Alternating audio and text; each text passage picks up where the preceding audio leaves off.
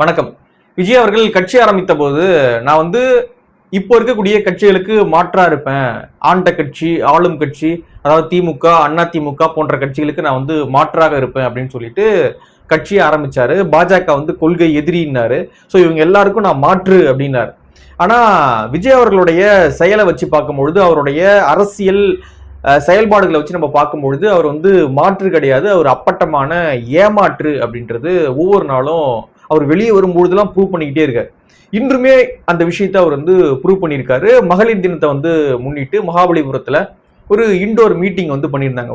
ஒரு ஹோட்டல்ல மகளிர் தின விழாவை முன்னெடுத்திருந்தாங்க.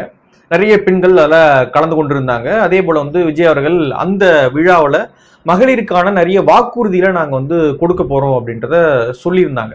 விஜய் அவர்கள் கொடுக்க போறாரு அப்படின்றத முன்னாடியே சொல்லியிருந்தாங்க. விஜய் அவர்கள் என்ன மாதிரியான வாக்குறுதியில கொடுக்க போறாரு, எவ்வளவு முற்போக்காக அது இருக்க போகுது. ஏன்னா மாற்றுன்றார் இல்லையா, இவங்க சரியில்லை, அவங்க சரியில்லை, இவங்க தீய சக்தி, அவங்க கொள்கை எதிரி, இவங்க அடிமை, என்னென்னமோ சொல்லிட்டு இருக்காரு.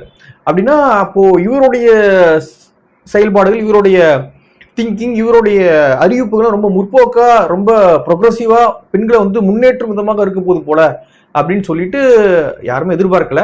ஸோ அப்படின்னு நினைச்சு அவர் ஒரு விஷயத்த சொல்லியிருந்தார். சரி, என்னதான் சொல்ல போறாரு அப்படின்னு பார்க்கும்பொழுது விழா ஆரம்பிக்குது. நிறைய பேர் நிறைய பெண்கள் பேசுறாங்க. ஏன்னா மகளிர் தினம் அப்படின்றதுனால எல்லாரும் மேடையில மகளிராக உட்கார வச்சிருந்தாங்க. மகளிர்கள் பேசுறாங்க.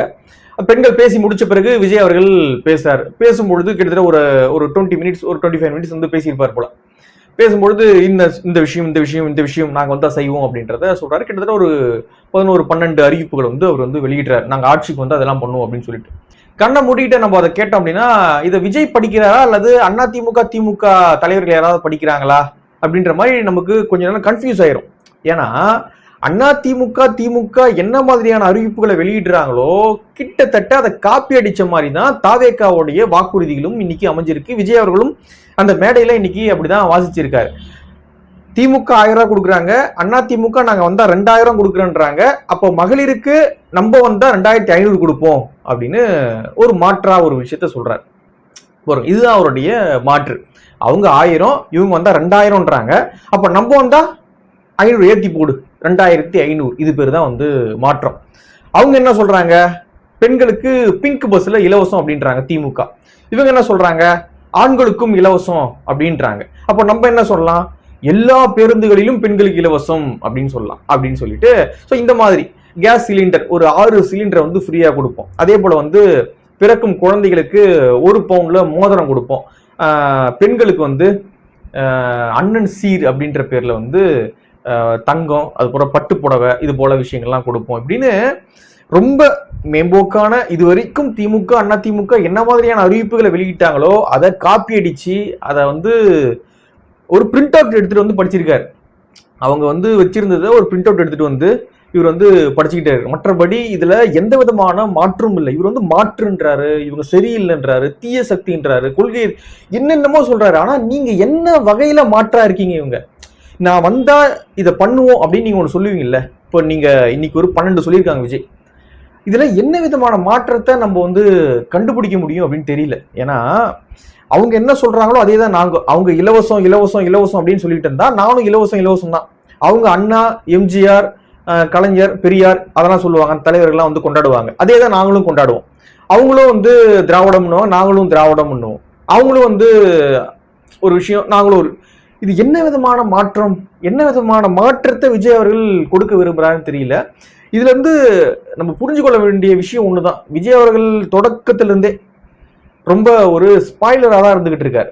திமுகவை வெற்றி பெற வைக்கக்கூடிய வேலைகள்ல தான் விஜய் அவர்கள் ஈடுபட்டு இருக்காரே தவிர்த்து மற்றபடி இப்ப இருக்கக்கூடிய பார்ட்டிஸுக்கு மாற்றா ஒரு ஆல்டர்னேட்டிவா ஒரு விஷயத்த முன்வைக்கவே இல்லை. காப்பி அடிச்சு ஒரு விஷயத்த சொல்லிக்கிட்டே இருக்காரு. கேட்டா இதுதான் என்னுடைய மாற்று அரசியல் அப்படின்றாரு. அதான் முன்னாடியே நான் சொல்ல மாதிரி இது மாற்று அரசியல் கிடையாது, அப்பட்டமாக மக்களை ஏமாற்றும் அரசியல். இன்னைக்கு களத்துல ஒரு ஆன்டி இன்கம்பன்சி இருக்கு. அந்த ஆன்டி இன்கம்பன்சியை ஒட்டச்சி திரும்ப திமுக ஆட்சியில உட்கார வைக்க ஒரு ஆள் தேவைப்படுறார். அந்த ஆள் இந்த எலெக்ஷன்ல விஜய். மற்றபடி விஜயால தமிழ்நாட்டுக்கும் தமிழ் மக்களுக்கும் சல்லி காசுக்கு பிரயோஜனம் கிடையாது. ஒரு ஒரு ஒரு செக்டார் மக்களை எஜுகேட் பண்றாரா, பொலிட்டிசைஸ் ஒரு அரசியல் மையப்படுத்துறாரா அப்படின்னு கேட்டீங்கன்னா அதுவும் கிடையாது. எந்த விதத்திலையும் விஜய் அவர்களால தமிழ்நாட்டுக்கும் தமிழ்நாட்டு மக்களுக்கும் சல்லி காசு பிரயோஜனம் இல்லை. அதுதான் இன்னைக்கு வந்து நடந்திருக்கு. ஒரு விஷயத்த அவர் சொல்ல சொல்ல ஏதோ பெரிய மாற்றத்தை வந்து அவர் சொல்றாரு, பெரிய விஷயத்த ரொம்ப சின்சியரா உட்காந்து சீரியஸா திங்க் பண்ணி அந்த விஷயத்த வந்து அவங்க கண்டுபிடிச்சி சொல்ற மாதிரி கீழே இருந்து கத்துறாங்க. இதைத்தான் திமுக அதிமுக சொல்லிட்டு இருக்காங்களே 1000 2000ன்னு. இப்ப நீங்க 2500ன்றீங்க. இதுல என்ன பெரிய மாற்றம் என்னன்னு தெரியல. கீழே இருந்து வர கத்துறாங்க. இது பெரிய விஷயத்த விஜய் அவர்கள் சொல்றாரு. யாருமே பண்ணாத விஷயத்த, உண்மையாக பெண்களை எம்பவர் பண்ணக்கூடிய விஷயத்த விஜய் அவர்கள் சொல்ற மாதிரி கீழே இருந்து அந்த கத்துறாங்க.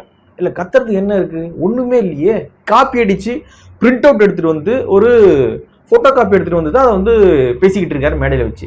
ஒரு விஷயத்துக்கு விஜய் அவர்கள் பேசும்போதெல்லாம் கத்துறாங்க. அது மட்டும் இல்லாம எந்த அளவுக்கு அந்த தொண்டர்களா அவர் வந்து அவங்க ரசிகர்களா தான் இருக்காங்க, இன்னும் தொண்டர்களா மாறவே இல்லை.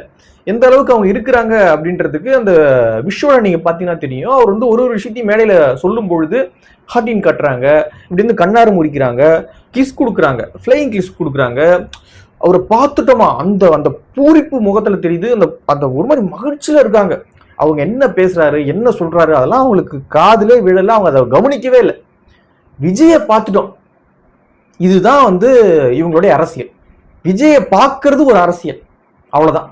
மற்றபடி கூட்டு கேளுங்க என்ன சொன்னார் விஜய், ஒரு 3 விஷயத்த வந்து நீங்க பட்டியலிடுங்க அப்படின்னு சொல்லிட்டு அங்க வந்து ஒரு 100 பேரை கூட்டு கேட்டேன் அப்படின்னா ஒரு ஆள் கூட வந்து சொல்ல முடியாது. ஒரு ஆள் கூட வந்து கரெக்டா இதான் விஜய் சொன்னாரு அப்படின்னு சொல்லிட்டு அதை அரசியலாக சொல்லக்கூடிய ஒரு ஆள் அங்க இருக்க மாட்டாங்க. ஏன்னா அந்த கூட்டம் பாருங்க, அவங்க பேசுறாங்க, என்ன பேசுறாங்க ஏது பேசுறாங்க எதையுமே கண்டுக்காம கத்துறது. விஜயை பார்க்க வர்றன்னா நீ வந்து சினிமால பாரு, அங்க பாரு. இங்க வந்து அவர் வந்து ஒரு விஷயத்த சொல்ல போறாரு, மகளிர் தினம் சில வாக்குறுதிகளை அவர் வந்து ரிலீஸ் பண்ண போறேன்னு சொல்லியிருக்காரு. அப்ப என்ன ரிலீஸ் பண்ணுவார், நம்ம தலைவர் எவ்வளவு முற்போக்கா இருக்காரு, என்ன பண்ண போறாரு அப்படின்ற விஷயங்களை வச்சு நீங்க விஜய் எடை போட்டீங்கன்னா பரவாயில்ல. விஜய் வந்து அந்த படத்தில் நடிச்சிட்டாரு, விஜய் அவர்கள் இந்த படத்தில் நடிச்சிட்டாரு அப்படின்னு சொல்லிட்டு அவருக்கு இருக்கக்கூடிய அந்த திரை கவர்ச்சியை வச்சு இன்னைக்கு நீங்க விஜய் வந்து கொண்டாடிக்கிட்டு இருக்கீங்க. விஜய் அவர்கள் என்ன பேசுறாருன்றதே முக்கியம் கிடையாதாங்க.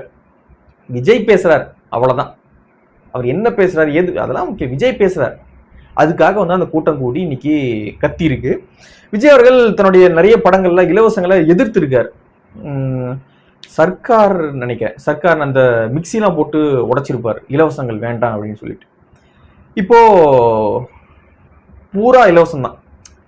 மக்களை அந்த பெண்களை நீ உண்மையா எம்பவர் பண்ற அப்படின்னா ப்ராப்பரா பெண்களை எம்பவர் பண்ணக்கூடிய விஷயங்கள்லாம் உங்கள்கிட்ட இருந்து வந்திருக்கும். ஆனா இது எல்லாமே இலவசங்கள் தான், கிட்டத்தட்ட எல்லாம் இலவசங்கள் தான். நகை கொடுப்பேன், பட்டு புடவை கொடுப்பேன், சிலிண்டர் கொடுப்பேன், உனக்கு வந்து காசு கொடுப்பேன், உன்னை ஃப்ரீயா வந்து கூட்டு போவேன், அங்க எங்கன்னு உன்னை டிராவல் பண்ண வைப்பேன் அப்படின்னு சொல்லிட்டு கிட்டத்தட்ட எல்லாமே இலவச அறிவிப்புகள் தான். இதுக்கு பெரிய அறிவு வேணாம், இதுக்கு பெரிய இன்டலெக்சுவல் தன்மை வேணாம். சும்மா என்கிட்ட காசு இருக்கு நான் எடுத்து கொடுக்குறேன் அப்படின்ற அளவுக்கு இது போதுமானது. இதுக்கு வந்து விஜய் அவர்கள் வந்து ஆட்சியை பிடிச்சி என்ன பண்ண போறாரு அப்படின்னு தெரியல. ஸோ இவருடைய லட்சணம் இவ்வளவுதான். இவரை நம்பி ஓட்டு போட்டு ஒன்றும் ஆக போறதில்ல. திமுக மீது பலர் கோபம் இருக்கலாம், நான் இல்லைன்னு மறுக்கல. அப்ப திமுக நல்லா இல்ல, திமுக மீது பலர் கோபம் இருக்கலாம், அண்ணா திமுக மீது பலர் கோபம் இருக்கலாம். ஆனா இவங்க அதுக்கு மாற்றா அப்படின்னு பாருங்க. அவங்க மீது உங்களுக்கு கோபம் இருக்கலாம், இவ்வளவு தூரம் பண்ணிருக்காங்க, ஊழல் பண்ற எல்லாம் ரைட் ஓகே. ஆனா அவங்களுக்கு இவங்க மாற்றா, இவ்வளவு தத்திகளா இருக்கே, கொஞ்சம் கூட அரசியல்னா என்னன்னு தெரியாத ஒரு கூட்டமா இருக்கே, தலைவன்ல இருந்து தொண்டன் வரைக்கும் ஒருத்தனுக்கு ஒன்றும் தெரியலையே, இவனை கூட்டு வந்து நீ வந்து செயின்ஜார்ஜ் கோட்டையில உட்கார வச்சு அப்படின்னா என்ன ஆகும்? கோமாளி கூட்டமா மாறிடும். இன்னைக்கே அப்படிதான் இருக்கு, நான் மறுக்கல. ஆனா இந்த கூட்டம் அங்க வந்துச்சு அப்படின்னா என்ன ஆகும்? அதை வந்து மக்கள் யோசிக்கணும். திமுக மீது இருக்கிற கோவத்துல, அண்ணா திமுக மீது இருக்கிற கோவத்துல, மற்ற கட்சிகள் மீது இருக்கக்கூடிய கோவத்துல வந்து இவங்க ஆல்டர்னேட்டிவ் அப்படின்னு செலக்ட் பண்ணுவது என்னை பொறுத்த அளவுக்கு வந்து ஒரு முட்டாள்தனமான வேலை. அதே போல வந்து டபுள் ஸ்டாண்டு தான். இலவசங்களை எதிர்ப்போம் படத்துல, அப்புறம் இங்க பண்ணுவோம், அப்புறம் அங்க போதைப் பொருட்களை யூஸ் பண்ணுவோம், அப்புறம் இங்க வந்து போதைப் பொருட்களை ஒழிப்போம், அங்க வந்து ரொம்ப அரசியலாக மக்களோடு நின்று போராடுவோம். ஆனா இங்க ஒரு பிரச்சனைனா வீட்டுல ஓடி போய் ஒளிஞ்சிருவோம். ஸோ அப்படிதான் விஜய் அவர்கள் இருந்துகிட்டு இருக்காரு. ரொம்ப திட்டவட்டமாக அவருடைய செயல்கள் தெரியுது, அப்பட்டமாக அவருடைய செயல்கள் தெரியுது. எல்லாமே டபுள் ஸ்டாண்ட். அவரு களத்துல வேற மாதிரி இருக்காரு, திரையில வேற மாதிரி இருக்காரு. உண்மைதான், திரையில வேற மாதிரி தான் இருப்பாங்க. அவங்களுடைய ஒர்த் என்ன, அவங்களுடைய ஸ்ட்ரென்த் என்ன அப்படின்றது களத்துல தான் தெரியும். களத்துல விஜய் அவர்கள் ஜீரோ. அவர் வந்து திரையில வரும்பொழுது அவர் வந்து பெரிய ஹீரோவா தெரிகிறார், ஆனா களத்துல ஒரு ஜீரோவா தான் இருக்காரு. அந்த ஸ்பீச்சை முடிக்கும் பொழுது விஜய் அவர்கள் அவருடைய பர்சனல் லைஃப் குறித்தும் பேசுறாரு, மறைமுகமாக பேசுறாரு. சில விஷயங்கள் நடக்குது, உங்களை ஹர்ட் பண்ணுது, என்னால் புரிஞ்சுக்க முடியுது, அதுக்கெல்லாம் நீங்க ஹர்ட் ஆகாதீங்க, அது நான் பார்த்துக்கிறேன், அது என்னுடைய விஷயம், நான் பார்த்துக்கிறேன், நீங்க ஹர்ட் ஆகாதீங்க, எல்லாம் பார்த்துக்கலாம், நல்லதே நடக்கும் அப்படின்னு வந்து சொல்றாரு. விஜய் அவர்கள் இந்த விஷயத்த லைம்லைட்ல வச்சுக்கணும் அப்படின்னு நினைக்கிறாரா, அல்லது நான் அப்படிதான் பண்ணுவேன், முடிஞ்சா நீ பாரு அப்படின்றத அவர் சேலஞ்ச் பண்றாரா, என்ன சொல்ல வர்றாரு அப்படின்னு தெரியல. இந்த விஷயங்கள்லாம் பர்சனல் விஷயம், இதை நம்ம பேசக்கூடாதுன்னு நினைக்கிறோம். ஆனா விஜய் அவர்கள் இதை திரும்ப திரும்ப ஒரு பேசு பொருளா வச்சிருக்கணும்னு நினைக்கிறாருன்னு நான் நினைக்கிறேன். ஃபர்ஸ்ட் வந்து ஒரு பெட்டிஷன் போடுறாங்க, சங்கீதா விஜய் வந்து ஒரு பெட்டிஷன் போடுறாங்க நீதிமன்றத்தில், அது பேசு பொருளாம அது நடக்குது. அதுக்கப்புறம் சில தினங்கள் கழிச்சு என்ன நடக்குது அப்படின்னு பார்த்தீங்கன்னா, ஒரு திருமண விழாவில் விஜய் அவர்கள் ஒரு நடிகையோடு பங்கேற்கிறாங்க. அந்த பெட்டிஷன்ல அதான் மென்ஷன் பண்ணியிருந்தாங்க, ஒரு நடிகையோடு விஜய் அவர்களுக்கு தொடர்பு இருக்கு அப்படின்னு சொல்லிட்டு மென்ஷன் பண்ணியிருந்தாங்க. அதனாலதான் எங்களுடைய லைஃப்ல பிரச்சனை வந்துச்சு, ஸோ இதனாலதான் நான் டைவர்ஸ் வந்து இப்போ அப்ளை பண்ணியிருக்கேன் அப்படின்றது அந்த பெட்டிஷன்ல அவங்க சொல்லக்கூடிய விஷயமா இருக்கு சங்கீதா விஜய். சில தினங்கள்ல இந்த அலிகேஷன் வச்சு சில தினங்கள்ல ஒரு நடிகையோடு ஒரே மாதிரி உடையில ஒரே கார்ல வந்து பயணம் பண்ணி வராரு. நீ என்ன பெட்டிஷன் போடுற, அப்படிதான் நான் பண்ணுவேன், முடிஞ்சா பாத்துக்கோ அப்படின்னு. இன்னைக்கு ஒரு விஷயம் வெளியாகுது, என்ன அப்படின்னா திரும்ப வந்து ஒரு பெட்டிஷன் போடுறாங்க அவங்க. அதுல என்ன சொல்றாங்க அப்படின்னா, நான் வந்து லண்டன் சிட்டிசன், அதாவது பிரிட்டன் சிட்டிசன், நான் இங்க வந்தா எனக்கு தங்க நீலாங்கரை வீட்டை வந்து அனுமதிக்கணும், ஏன்னா அங்கதான் வந்து லைஃப் ரன் பண்ணியிருக்கேன். ஸோ விஜய் அவர்கள் என்னை வந்து அந்த வீட்டில் அனுமதிக்கணும், நான் தங்குவதற்கு வருவதற்கு இருப்பதற்கு வந்து அனுமதிக்கணும் அப்படின்ற மாதிரி இன்னைக்கு ஒரு பெட்டிஷன் போடுறாங்க. அது திரும்ப பேசு பொருளாக மாறுது.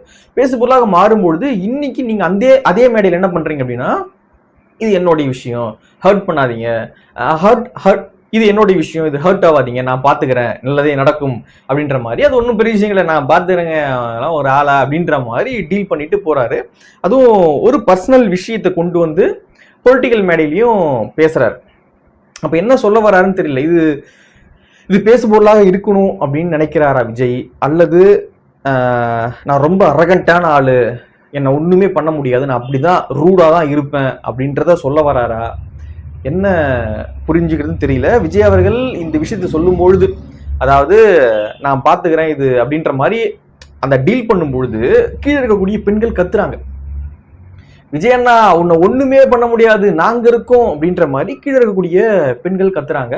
ஒரு பெண் வந்து அவங்களுடைய கணவர் மீது ஒரு அலிகேஷன் வச்சிருக்காங்க, டார்ச்சர் பண்றாங்க, அனுமதிக்க மாட்டாங்க, வீட்டுல வேறு பெண்ணோட தொடர்பு இருக்கு அப்படின்லாம் சில குற்றச்சாட்டுகளை அந்த சங்கீதா விஜய் அவங்க முன் வச்சுட்டு பெட்டிஷன் போட்டிருக்காங்க. அதுதான் ஒரு விளக்கம் சொல்லிட்டு இருக்காரு மேடையில. கீழே இருக்கக்கூடிய பெண்கள் விஜய்க்கு ஆதரவாக கத்திக்கிட்டு இருக்காங்க. இதுவே அதான் வந்து ட்விட்டர்ல கூட ஒரு பதிவு பார்த்தேன், இதுவே வந்து அந்த பெண்களுடைய கணவர்கள் இப்படி பிஹேவ் பண்ணும்போது இந்த பெண்கள் இப்படிதான் கத்துவாங்களா, அந்த அரங்களை வந்து இப்படிதான் பிஹேவ் பண்ணுவாங்களா? ஒரு பெண் வந்து இப்படி நடந்துக்கிறாங்க என் கணவர் அப்படின்னு சொல்லிட்டு வருத்தத்தோடு பெட்டிஷன் போட்டுட்டு இருக்காங்க, டைவர்ஸ் கேட்டு அப்ளை பண்ணிருக்காங்க. புரியல.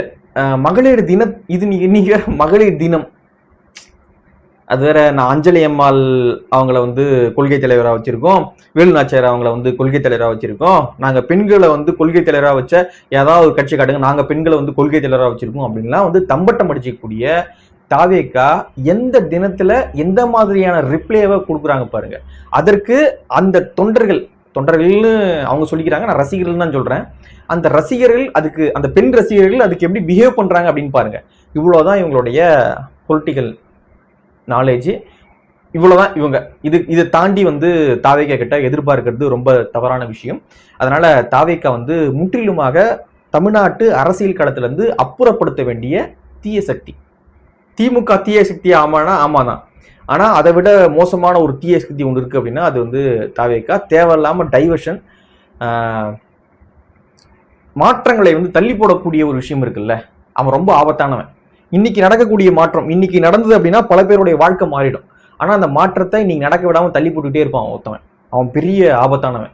ஸோ அப்படிதான் நான் டிவிக்கு வந்து பாக்குறேன். இந்த தேதியில நடக்கக்கூடிய ஒரு மாற்றம் இருக்கும், 26 எலெக்ஷன்ல நடக்கக்கூடிய ஒரு மாற்றம் இருக்கும். அந்த மாற்றத்தை நிகழ்த்த விடாம தள்ளி போடக்கூடிய ஒரு தீய சக்தி தான் விஜய். ஸோ அதனால வந்து விஜய் அவர்கள் ஒரு ஸ்பாய்லர், அவரால் எந்த பயனும் தமிழ்நாட்டுக்கும் தமிழ்நாட்டு மக்களுக்கும் இருக்க முடியாது. ஸோ நம்ம எப்படி வந்து பொலிட்டிக்ஸ் வேற பர்சனல் லைஃப் வேற அப்படின்னு நினைக்கிறோமோ, விஜய் அவர்களும் அதே போல பொலிட்டிக்ஸ் வேற பர்சனல் லைஃப் வேற அப்படின்னு நினைங்க. நீங்க ரிப்ளை பண்றீங்க அந்த விஷயத்துக்கு அப்படின்னா அது வேற இடத்துல போய் பண்ணுங்க.